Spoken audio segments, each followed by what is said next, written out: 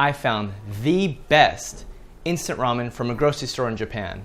And in this video, I'm gonna show you how to prepare it.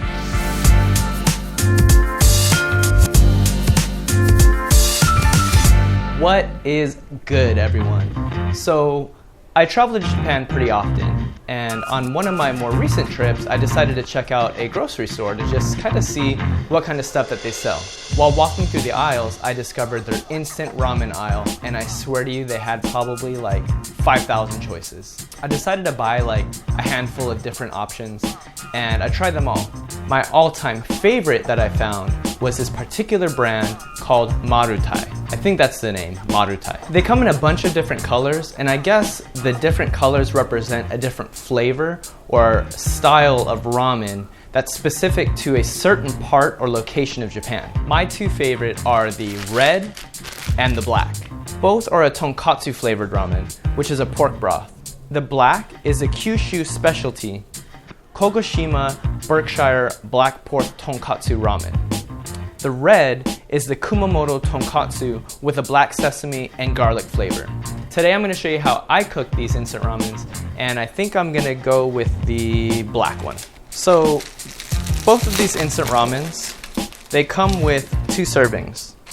In both of them, typically there's 2 noodles, as well as some sort of like wet broth, and then you have your dry broth packets. So the cooking process is pretty simple. You start off by bringing 480 milliliters, or 2 cups in America, of water to a boil. Once the water comes to a boil, you're gonna add 1 stack of noodles, a dry packet, and the wet packet.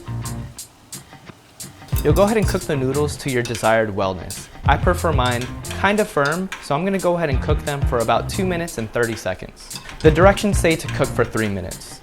While this is boiling, I'm actually gonna go ahead and add a tablespoon of butter, and this is gonna thicken the broth a bit. While this is cooking, I wanna know what your favorite ramen place is to eat. Be sure to leave a comment below. While it cooks, I prepped some green onions, and I have some leftover chicken from the other day, which I thinly sliced to top the ramen. I have another video that you should check out on how to prepare the perfect juicy chicken breast. While I was visiting Japan, I also grabbed this ramen bowl.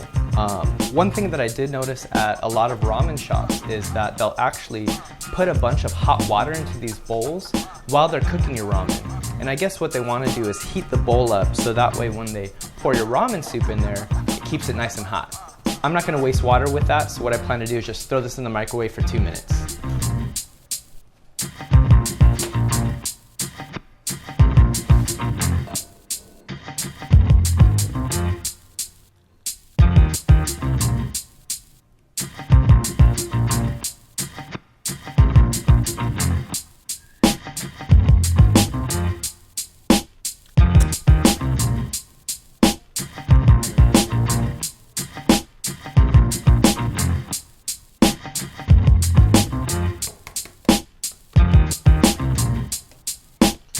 I'll also go ahead and add one of our eggs here.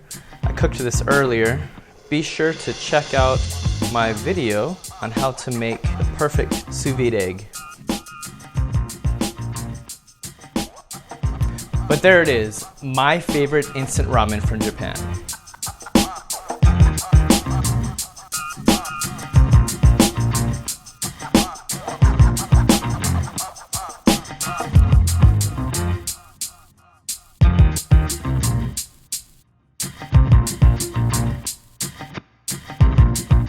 It makes a great meal with or without all the fancy toppings.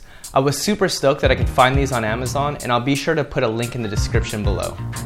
Oh, I forgot to mention, I also got these chopsticks from Japan, and they're perfect for ramen because they have these little grooves in them that are great for picking up and holding onto the noodles.